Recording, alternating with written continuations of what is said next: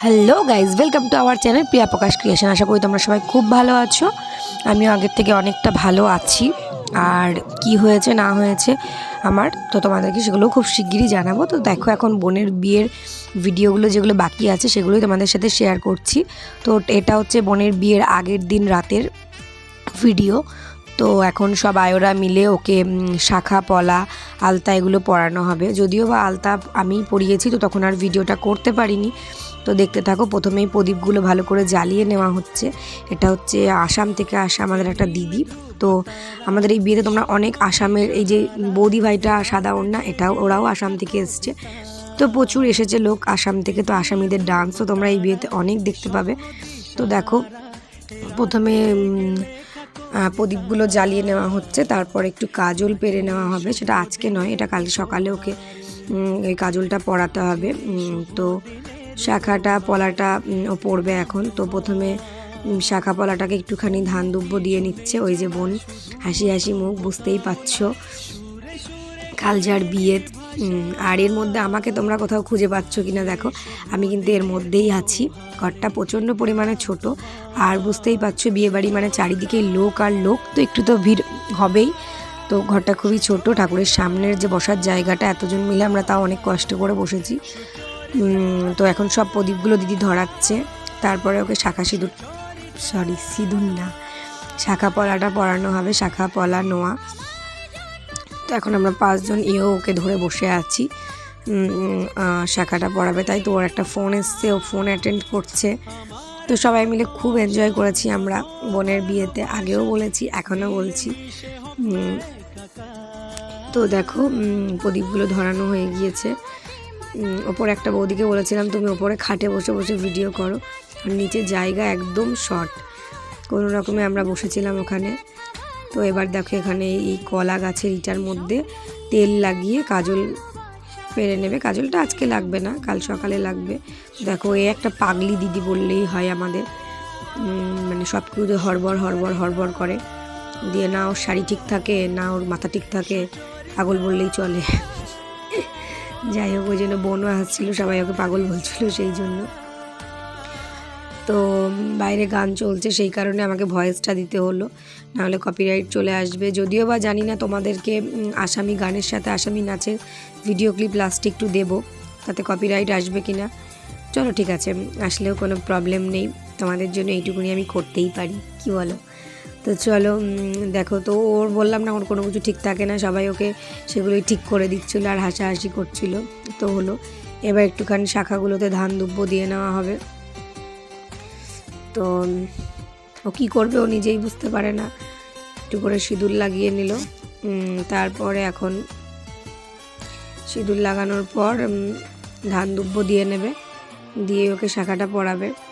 তো প্রথম যখন মেয়েদের হাতে শাখা ওঠে, আর হাতটা দেখতেই কিন্তু একটা আলাদা রকম লাগে। হ্যাঁ, আমাদের তো এখন আমরা অনেক দিন ধরে পড়ছি, আমাদের হাতে ভালোই লাগে, সবারই হাতে ভালো লাগে। তবে প্রথম যখন পরে ওর হাত দুটো এখন দেখো খালি আছে, কিছুক্ষণ পরেই পড়ানো হয়ে যাবে। তো এই প্রদীপটা খুব বেশি জ্বলে গিয়েছিল, তাই এটাকে নিভিয়েই রাখলো। জায়গা ছোট হলে যেটা হয় আর কি, বুঝতেই পারছো। তো বললো একটা প্রদীপই জ্বলুক। তো তারপরে আরও কিছু প্রদীপ জ্বালিয়ে নিল।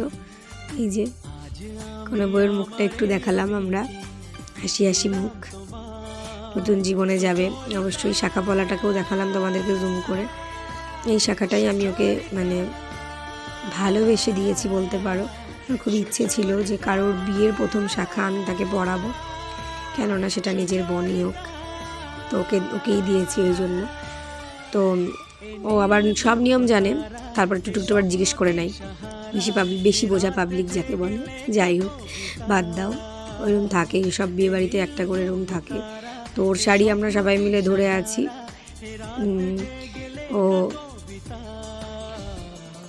ওকে একটুখানি আশীর্বাদ করে নিল। এবার ওকে শাখাগুলো পরানো হবে। তো দেখো, একদম সরুও না একদম মোটাও না, শাখাগুলো আনা হয়েছে কারণ ওর হাতে 1 বছর থাকবে। তো এবার প্রথমেই পড়াতে যাচ্ছিলো, আমরা বললাম কোনটা কোন হাতের আগে দেখে নাও, কারণ ডান হাতের শাখাটা একটু বড় হয় আর বাঁ হাতের শাখাটা একটু ছোট হয়। ডান হাত মেয়েদের কাজের হাত একটু শক্তও হয়। তো যাই হোক, ওকে আস্তে আস্তে এখন উলু দেওয়া হচ্ছে, আর ওকে ওটা পরিয়ে দেওয়া হচ্ছে, যদিও বা ভয়েসটা আমি কেটে দিয়েছি সাউন্ডটা। তো দেখো ওই দিদিটাকে আমরা সবাই ধরে বসে আছি, আর দিদিটা ওকে পরিয়ে দিল। এক হাতে তো শাখা উঠে গিয়েছে মেয়ের, আর এক হাতে শাখা উঠছে। তারপরে পলাটা আর নোয়াটাও পরানো হবে। তারপরে হাত দুটো কেমন লাগে সেটাও তোমাদেরকে দেখাবো। তো দেখো শাখা পরে কিন্তু হাত দুটো খুব সুন্দর লাগছে। শাখাটায় তখনও লাল নেল পলিশ দেওয়া হয়েছিল না, বললো পরিয়ে দিই তারপরে দিস, তো তারপরেই দিয়েছি। আর বাইরে থেকে একটু গাড়ির আওয়াজ আসছে, রাস্তার ধারে বাড়ি আমার, তাই একটু ম্যানেজ করে নিও তোমরা। তো হাতে লেগেছে বলে বৌদি একটুখানি আবার হাতটা ম্যাসাজ করে দিচ্ছে যাতে ব্যথা না লাগে। তো সবাই মিলে ওর হাতগুলো ম্যাসাজ করে দিল। তো ওখানে মানে 2 করে 4টে পাতলা চুড়িও পরিয়ে দেওয়া হচ্ছে যাতে হাতটা দেখতে আরো একটু বেশি সুন্দর লাগে।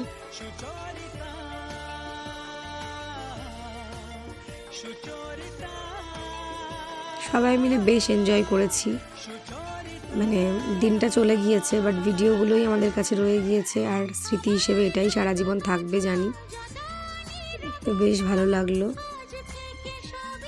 তো ওকে আবারও বলা হচ্ছে হাতটা জোড়া করে নিজের হাত দুটো নিজেই দেখ কেমন লাগছে, ভালো লাগছে কিনা, ইয়ার্কি মারা হচ্ছিল, এটাই আর কি। অনেক কিছু বলা হচ্ছিল, বোঝানো হচ্ছিল। তারপরে দেখো এখানে শুরু হয়ে গেছে নাচ, মেয়ের মা বাবাকে নিয়ে ওই আসামের মানে আসাম পার্টি, ওরাই এক কথায় ওরা নিজেরাই বারবার করে বলছিল আসাম পার্টি জিন্দাবাদ। দেখো নাচ চলছে এখানে, সেই নাচ যাকে বলে। ওদের আলাদা ধরনেরই একটা নাচ। তারপরে এখানে বোনকে মেহেন্দি পরানো হচ্ছে, পুচকিগুলোকেও ওর মা খাইয়ে দিচ্ছে, একজন মেহেন্দি পরিয়ে দিচ্ছে। আমিও 2-3জন পুচকিকে মেহেন্দি পরিয়েছি। কিন্তু ওই বললাম না কাজের মানে নিজের বাড়ির বিয়ে হলে, আর তোমার দাদাভাই বিয়ের দিন রাত্রে এসেছে, তো যেই কারণে ভিডিও করে দেওয়ার কেউ ছিল না। তো ভিডিওটা কেমন লাগলো কমেন্ট করে অবশ্যই জানিও। দেখা হচ্ছে ফাইনাল পার্ট, বোনের বিয়ের পার্ট কালকে। তো চলো আজকের মতন টাটা। এবার তোমরা আসাম পার্টির নাচ এনজয় করো, আর চ্যানেলটাকে সাবস্ক্রাইব করে পাশে থেকো।